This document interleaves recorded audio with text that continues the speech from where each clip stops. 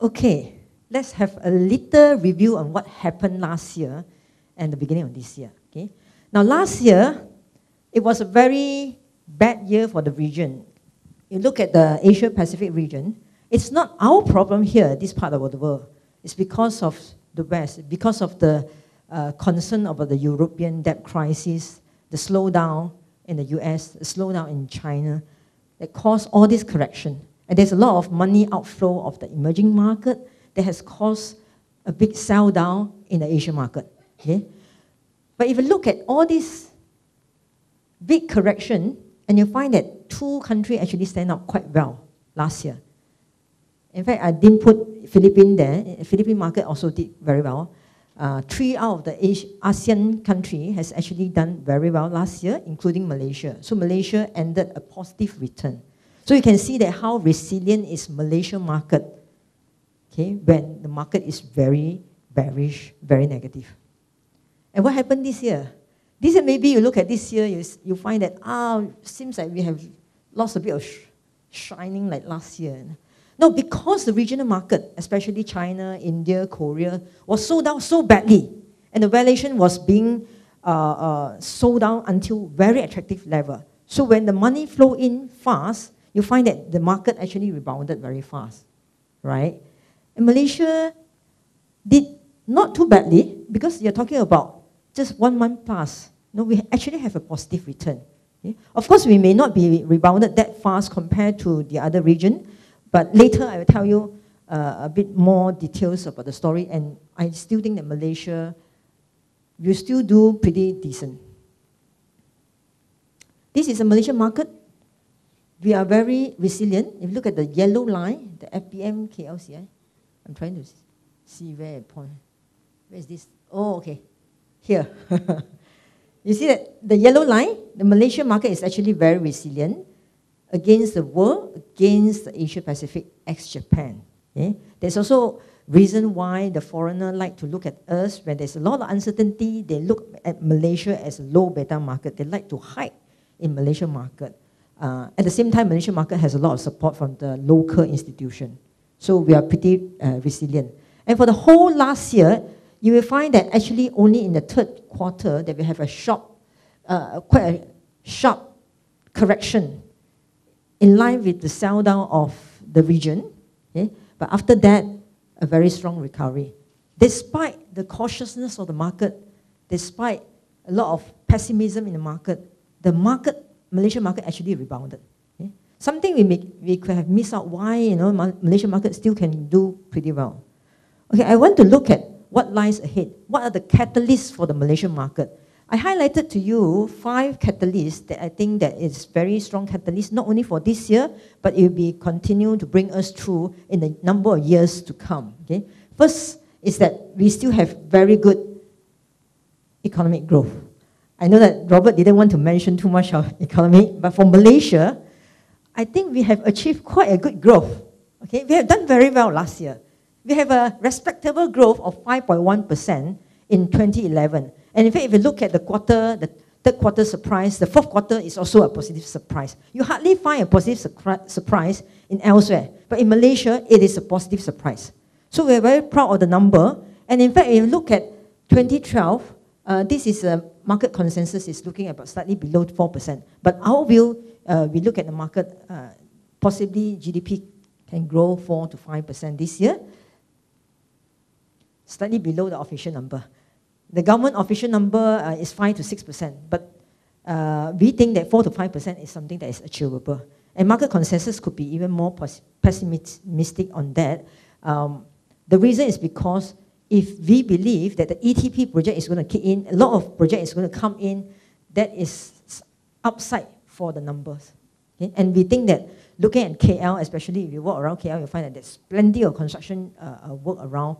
The things are really happening here. Okay? So we are positive on the economic outlook, and we are also positive on the growth for this year. This is also another very important slide that I want to show you.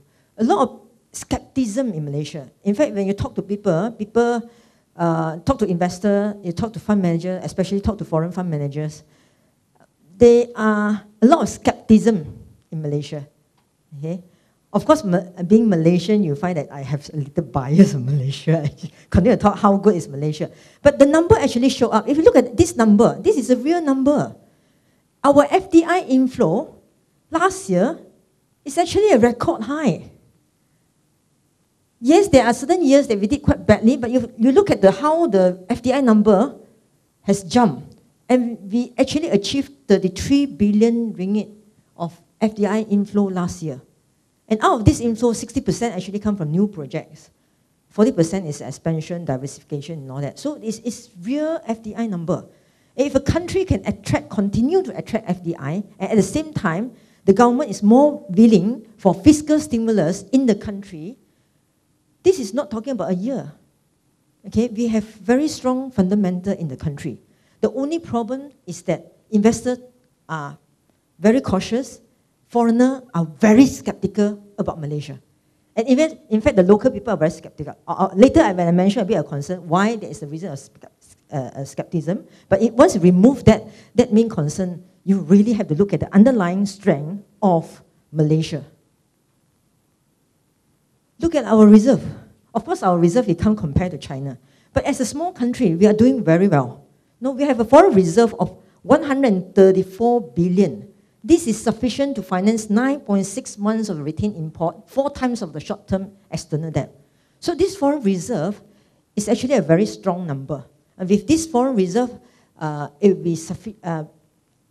be quite helpful if there's any shock from the foreigner if they were to leave the country to take profit on some of their debt holding. We know that Malaysia is actually already surpassed Indonesia as one of the highest foreign holding in our debt market. Okay? But because our currency continue to be very strong, and because of the underlying fundamental of Malaysia still continue to be very strong, the foreign reserve will be doing very well. I believe that any negative shock is just temporary. Okay? We'll be able to go through it.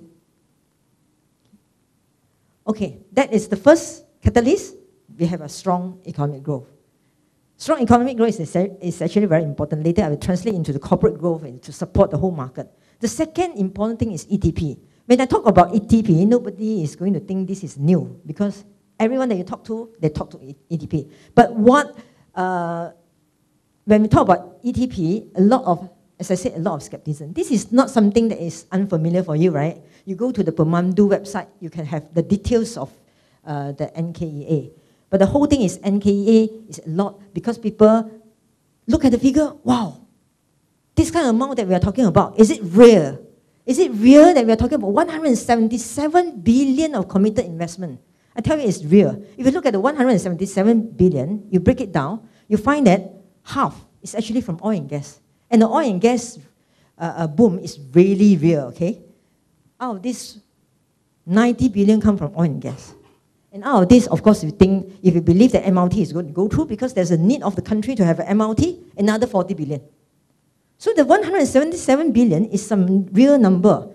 And of course, we have a very long-term target of 2020 to achieve the per capita income from 6,007 US dollar in 2009 to 15,000 US dollar. So when I talk to some people, I said, this is very... In fact, when we talk to Pemandu people, they are very optimistic. Talk to some fund manager, they're optimistic about the number, but a lot of skepticism. Okay? I want to bring you to a little reality of this ETP. If you talk to people in Pemandu, they are very optimistic. When we are talking about 2009, 6,007 US dollar per capita income. When they come to this year, we are talking about, not this year, and last year, we are talking about close to 9 billion already, 9,000 US dollar per capita. Okay? And if you compound that, if you're talking about Malaysian market to grow at 4 to 5%, which we believe it can grow by this year, 4 to 5%, and with an inflation of 2 to 3%, you're talking about a nominal growth of 6 to 7%. If we can grow at 6 to 7%, 15,000 is achievable. 15,000 is not something that is not achievable.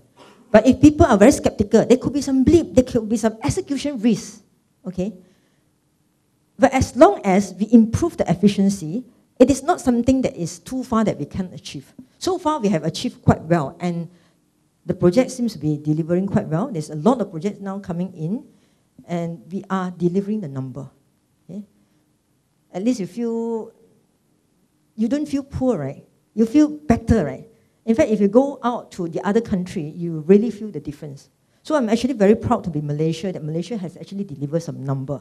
But the only thing is people are too skeptical. People thought Indonesia can do so well, Thailand, not to talk about that, Thailand because of the flood, but talk about Philippines and all that. So they ignore Malaysia. But I see the underlying fundamentals are very strong for Malaysia. And if this thing is going to, the execution is good, and this thing is going to deliver year after year, it's just a matter of time people relook at Malaysia again and say, why am I so cautious of the Malaysian market?